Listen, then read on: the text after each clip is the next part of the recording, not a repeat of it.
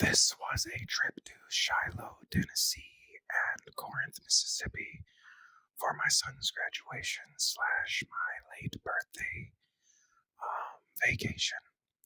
Last month I had gone to Washington, D.C. and Gettysburg, and we started down. It was a 5-hour trip.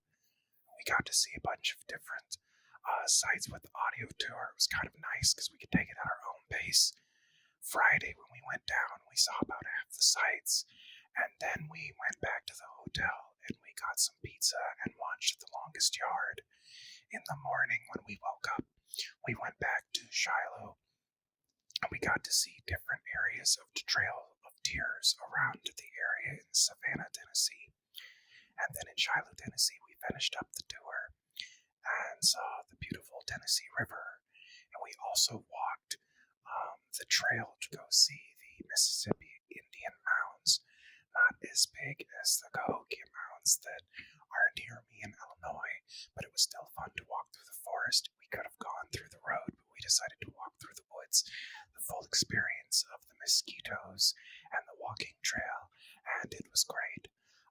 It was probably the biggest history place I've taken my son so far, and it's the longest trip really that we've been able to take since before 2020 was last month. And this month we ate good the whole time, and we basically just nerded out on history.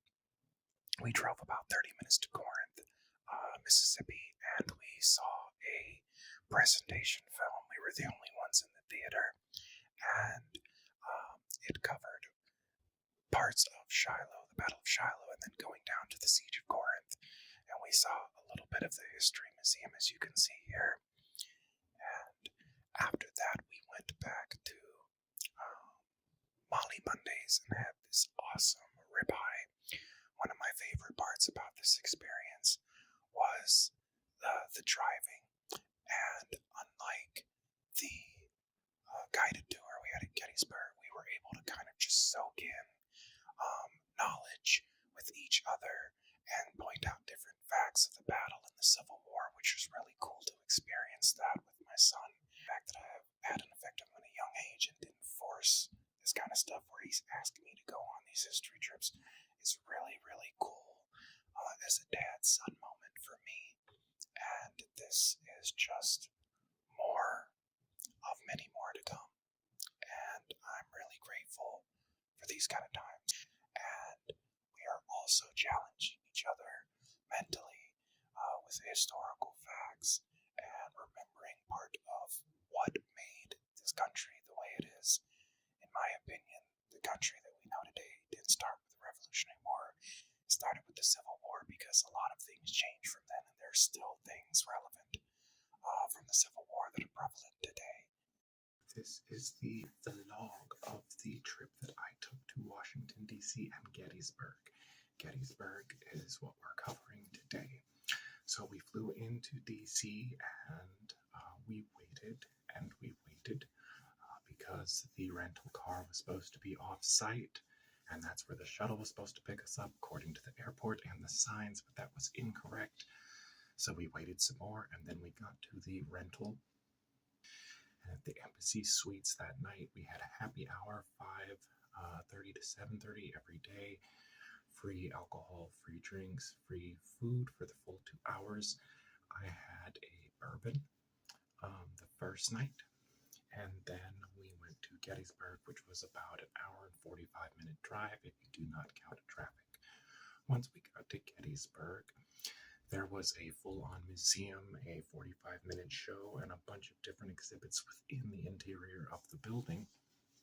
And then we also went out to a 2-hour bus tour, which was really cool. As you can see, we had a guide that took us to a lot of the different places. We could not access Little Round Top by bus, so we took it by car a little bit later, and you'll see that later on in the video. The little tidbit that we got from the tour guide was that as these monuments cropped up, as veterans came to put them down and descendants, etc., over the course of the history of the Preservation Park, that the monuments that had the square on them were Union dedicated monuments, and the circular ones were Confederate. So that made it a lot easier as we were driving around to figure out what was what. I don't know if you can see this in some of these as we drive by, but it was very visible that all the bullet holes were still in certain buildings. We got to see Devil's Run. I didn't really get a good glimpse of it. It's towards the end where you get just a little bit of, it's a little canyon with natural rocks built into the ground. And yes, if you were trying to make an advance up, it is literally a sniper's paradise. And that it was very narrow and high ground. So if you already held the ground, anyone who was coming up that ridge was getting obliterated. And then, of course, we saw Cemetery Hill and a lot of other places, and it was really cool. We went back after lunch to get another look inside. And when we went inside, we went into the gift shop. There was a cool shirt, which you saw before. That was so 7 years ago, with the face of Abraham Lincoln on it, which was really, really funny to me. I didn't get the shirt, even though I really wanted to, because it was like $30. But I found the same shirt while I was sitting there in the gift shop for $12 online. So if I want to get it, I will eventually get it there. It was a really, really windy day. And it was funny because the actual day of the battle, there was no wind, so the smoke just collected and collected. There was this barrage and barrage and barrage of cannon fire going back and forth.